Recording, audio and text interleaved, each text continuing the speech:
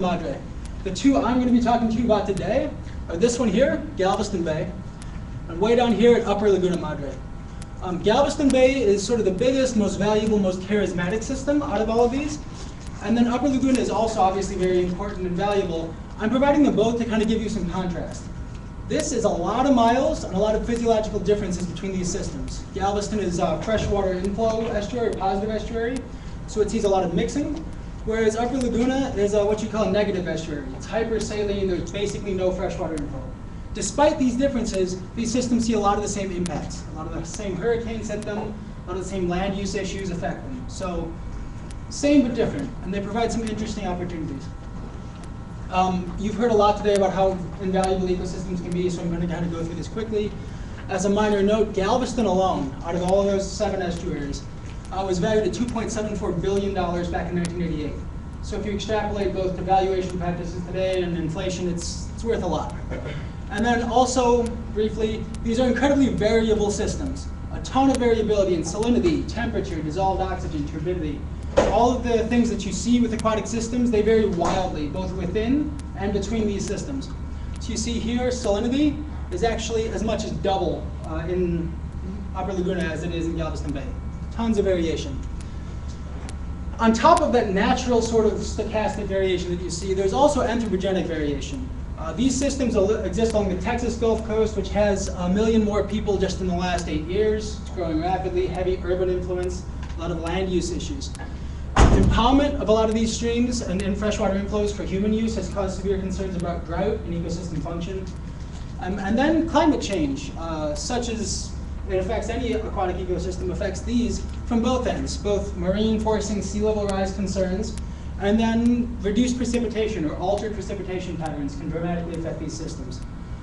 That's a very shallow coverage. If you're interested in more, I can talk your ear off. All right, so for that, with this in mind, my research objective is to determine if the physical conditions in these systems have changed over time. Basically the red face test, has stuff happened over time. And then, in addition, are these changes substantially or meaningfully linked with changes in the biological community present in the system? I'm mostly interested in fish and organisms. I'm not really a hydrologist. So I'm really interested in how these physical changes affect the species that live there. And again, I'm focusing on Galveston and Upper Laguna, but I've done these analyses for all of the systems. All right, so the data I'm working with was collected with the Texas Parks and Wildlife Department over the last several decades. The data set I'm considering right now is from 1985 to 2007, and it focuses on trawl sampling. They use a couple of different gears. I'm aware there's some sort of gear biases here. We're going to address those by using multiple gear types, but for today, trawls only.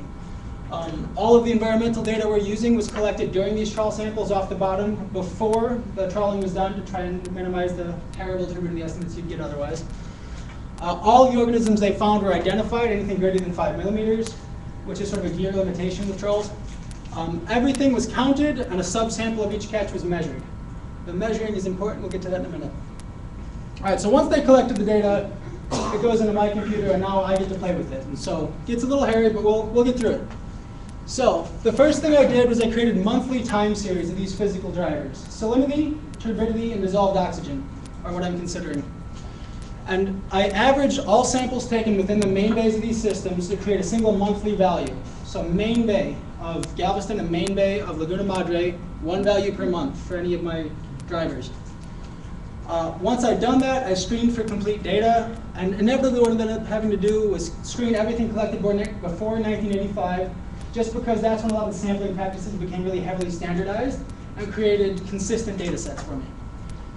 Once I had that, I used a general additive model to test for nonlinear trends in these drivers. That's one sentence describing months' work, but time limits being what they are, if you're interested in more, again, please feel free to ask.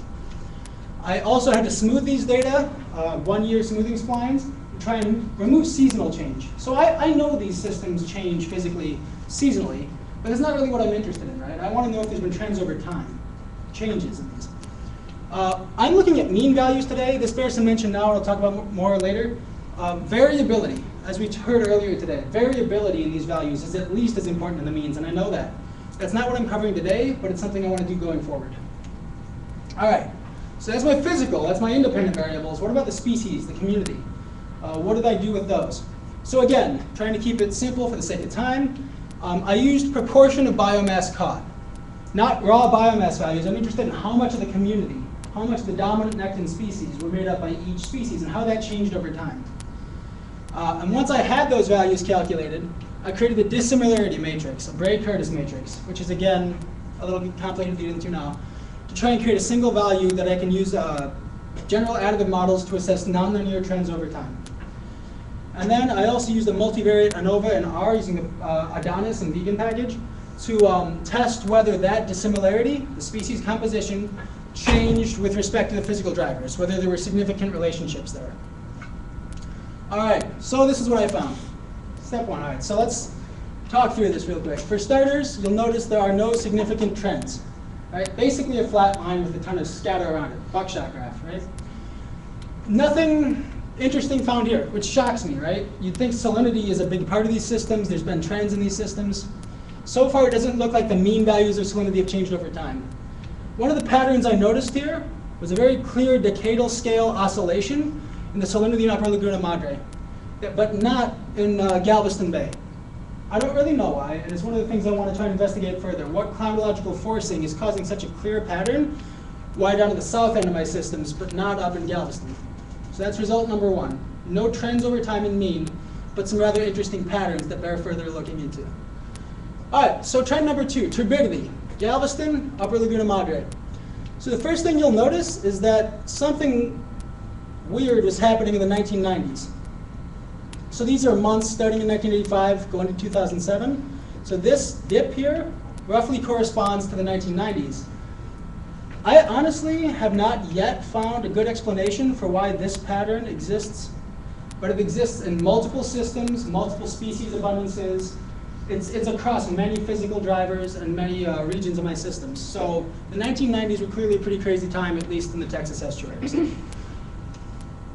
And again, dissolved oxygen, strange behavior in the 1990s, no real trend in Upper Laguna Madre. And so I'm, again, curious what was causing these oscillations, and is it meaningful to biological species composition, community composition? All right, so we looked at the trends in physical drivers.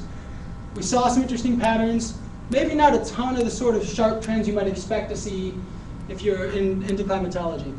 So the next thing I wanted to do was look at species composition and how it related to those physical drivers.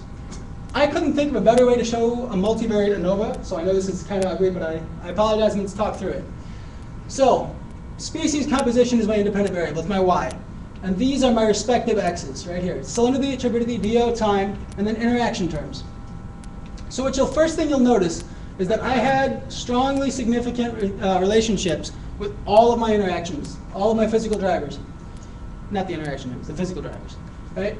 But you'll also notice that none of them are very highly descriptive. R squared's below 0.1 for most of them. So significant, sure, but how much does it really tell us?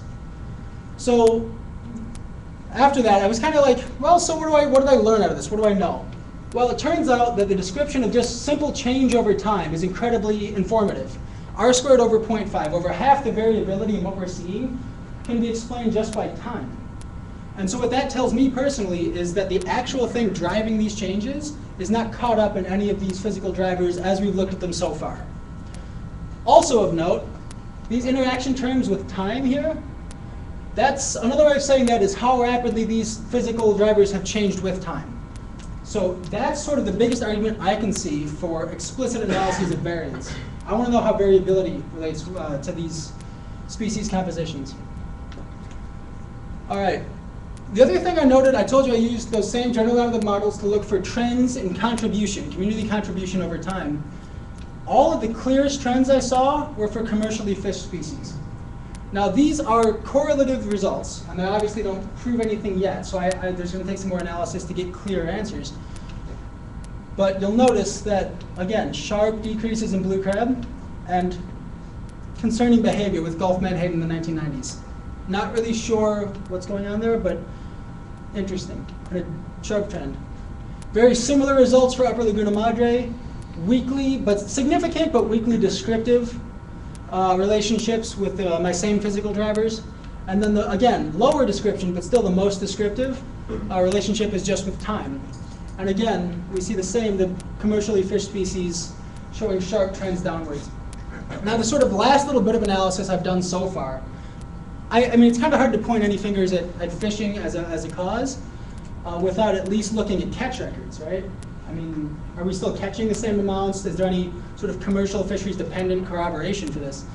And you can see this cuts off. So this starts at 1990. Again, it's months since 1990 and goes to 2012, so a little bit longer.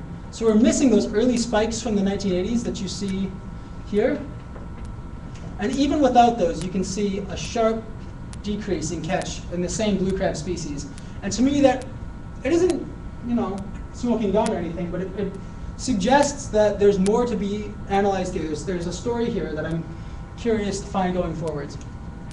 All right, so to recap, there have been large changes over time in turbidity and DO. They're not clear trends, though. There's sort of nonlinear variations through time that I'm curious what was happening there. I mean, if you're from Texas and you're expert in the estuaries, come find me after the talk, please. And then cyclical decadal scale oscillations in salinity in Upper Laguna, but not in Galveston, which speaks to some key difference between the systems that I'm curious to know more about.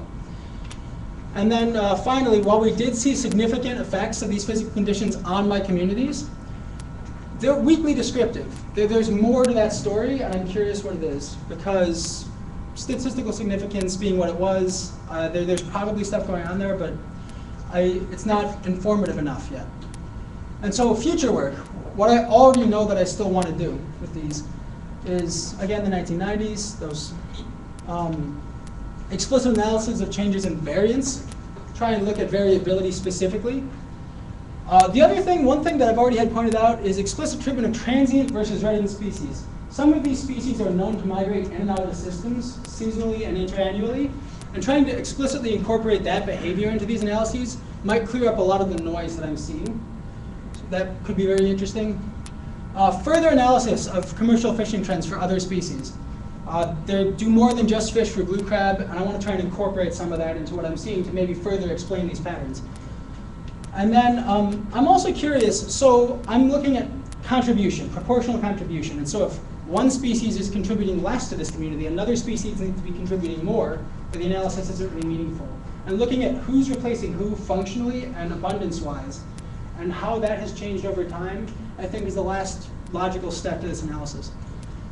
And so with that, I'd like to thank my co-advisors, Dr. Kevin Boswell and Kim DeMutzert, my committee members, Drs. Joel Trexler, Jim Forker, and Jen Rehage, and then finally the Texas Parks and Wildlife Department for the generous use of their data, and Florida International University for their support.